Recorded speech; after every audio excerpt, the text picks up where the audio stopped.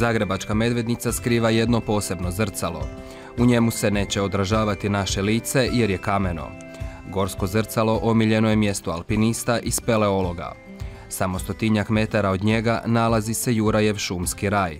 Na putu uvijek zastane na svojem izvoru. Mjesto okrepe za njega i njegove prijatelje. Izgradnja ove prirodne oaze Sljemenskog bisera krenula je 2011. godine. Na ideju sam došao da se odužim svojim pradjedovima što su dobili od kraljice, od Crne kraljice ovu šumu 1420. godine. 4 godine bile su potrebne da Jura izgradi svoju oazu. Svaki dan po 2-3 sata mukotrpnog posla, ali ništa nije bilo teško kad imaš svoj cilj i svrhu što radiš.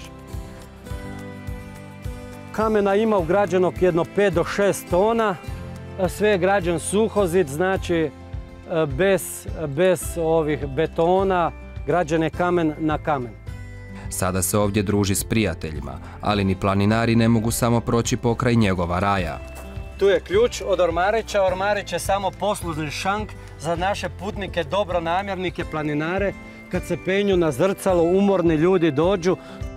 Ovdje svaki kamen i svako drvo ima svoju priču. Neke priče datiraju iz 15. stoljeća, iz vremena vladavine kraljice Barbare Celjske, poznatije kao Crne kraljice. Imala je 2 ljubimca. Jedan je bio crni gavran, a drugi je ogromni veliki medvjed. Taj medvjed je njoj nestao i jako je patila zbog toga. Narodu je dala veliku nagradu koju pronađe tog njezinog ljubimca medvjeda. Sretnik je bio moj Šukum djed koji je uspio naći tog medvjeda u obilježnoj stijeni gdje mu je capa zapela između 2 stijene, zgnječena. Kraljica oduševljena gestom što je došao njezin medo, dedi je podarila ogromne šume po Sljemenu za nagradu. Za izgradnju medvjeda trebala su mu 3 mjeseca, ali radovima nema kraja. Recimo, ljudi mi govore da bi dobro sovu napraviti, ona je kao životinja mudrosti, a bio sam donekle mudar da ovo napravim za buduća pokoljenja našeg grada i ovog podsljemenskog kraja. Od brojnih detalja koji su posvećeni njihovu kraju i crkva Svetog Šimona i Jude Tadeja ima svoju priču. O njoj je čak i Dragutin Domjanić napisao pjesmu. Kapela iz baroka pod lipom punom hlada i cesta kaj od haja do noć i liste pada. V kapeli kip je rožah i drobno svetlo z noći, a s kipa nam glediju tak dobre plave oči. I če dišitam slajše i cvete lepše roža, i če dehne rajše, je zate Majka Božja. Tak puno ih s molitvom pred kipom ti je bilo, ti svakom si im pomogla kad svakog ti je milo. A kaj bi ja te molit, ni treba ni povedat, ti sama znaš če hoćeš, u srce mi pogledat. Ne nudi se samo druženje na ovih 100-tinjak četvornih metara. Prema Jurjevim riječima, oltar koji je sagradio svojem imenjaku ispunjava želje.